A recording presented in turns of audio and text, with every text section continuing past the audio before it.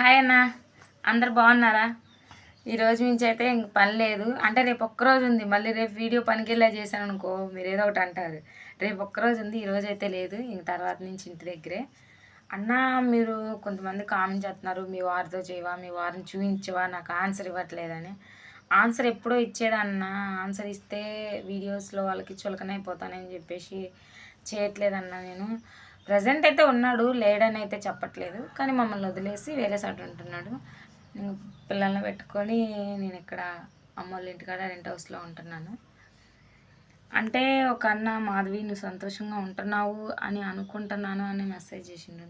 అన్న, మీకు తెలిసిన మాధవికి అయితే నేను సంతోషంగానే ఉంటున్నా, నాకు తెలిసిన వరకు అయితే బాధగానే ఉంటున్నా. ఎందుకు ఏంటంటే మీకు తెలుసు, ఒక ఆడపిల్ల అద్దెంట్లో ఉంటా, పిల్లల్ని చూసుకుంటా ఉంటే ఎలా ఉంటుందో. నాకేం లేదన్నా, సొంతంగా ఇల్లు కట్టుకోవాలి, నా పిల్లలు ఒకళ్ళ దగ్గరికి వెళ్ళి చాపుకోకుండా ఉంటే చాలు. అదొక్కటే నా కోరిక. సొంత హౌస్ కట్టుకోవాలి, కట్టుకుంటా, ఖచ్చితంగా కడతానన్నా. మీ అందరూ బాగుండి నన్ను బాగుండాలి అని అనుకుంటే ఖచ్చితంగా నేను కష్టపడి ఇల్లు కట్టుకుంటాను, నా పిల్లల్ని ఒక రేంజ్లో ఉంచుతాను. అదే అన్న.